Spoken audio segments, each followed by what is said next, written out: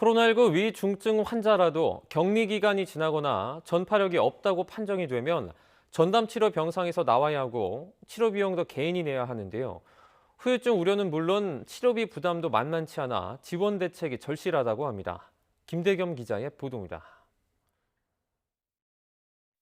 서울에 사는 마민지 씨의 70대 어머니는 지난해 12월 코로나19에 감염됐습니다. 정부 지침에 따라 백신 접종까지 마쳤지만 병상 부족으로 재택 치료를 하다 불과 나흘 만에 상황은 극도로 나빠졌습니다.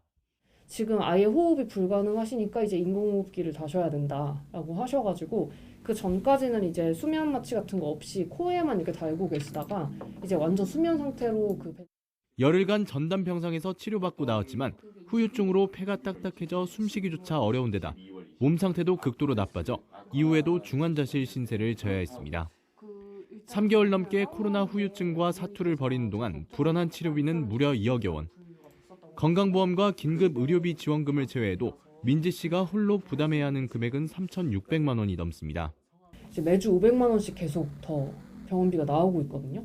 그렇게 되면 4천만 원, 5천만 원 계속 늘어날 거고 실비도 한도가 있어가지고 이제 더 이상 지원이 안 되는 상황이 돼서 저는 이제 그냥 개인적으로 아예 대출을 받기로. 코로나19 위중증 환자인 할머니를 모시고 있는 조수진 씨 역시 지난해 12월 격리해제 당시 심한 마음고생을 해야 했습니다. 코로나로 인한 급성 폐렴과 합병증으로 산소호흡기를 달고 있던 할머니에게 강제 전원 명령이 떨어졌기 때문입니다. 생명이 위독해 병상 이동은 어렵다는 의료진 소견서 덕분에 간신히 위기를 넘길 수 있었습니다. 의사분들도 정부에서 명령이 내려왔어요. 말씀하시면서도 굉장히 난감해하셨던 게 이게 평상시라면 절대 일어나지 않을 일이라는 거예요. 이 중환자실 치료를 받고 있는 환자를 내보낸다라고 하는 게 굉장히 위험천만한 일이라는. 국민건강보험공단 통계를 보면 코로나19 위중증 환자의 평균 입원일은 한 달이 조금 넘습니다. 하지만 정부의 코로나19 치료와 치료비 지원은 이보다 훨씬 짧은 격리해제일까지만 이루어지다 보니 이후 치료 책임과 비용은 모두 개인이 짊어져야 합니다. 최근엔 확진자 급증에 따라 격리 기간마저 일주일로 줄어들면서 위중증 환자 가족들이 떠안게 될 부담은 더 커졌습니다. 코로나 음성이 나와서 좋아하기는커녕 그때부터 진짜 지옥이 시작된 수많은 사람들이 존재해 왔습니다.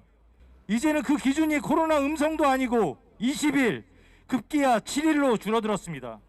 위중증 환자 가족들은 코로나19가 일주일만 아프고 마는 기간제 질병이 아닌 만큼 국가가 완치까지 치료비 전액을 부담하고 병상 부족으로 강제 전원되지 않도록 중환자실과 의료 인력 확충을 촉구했습니다. YTN 김대겸입니다.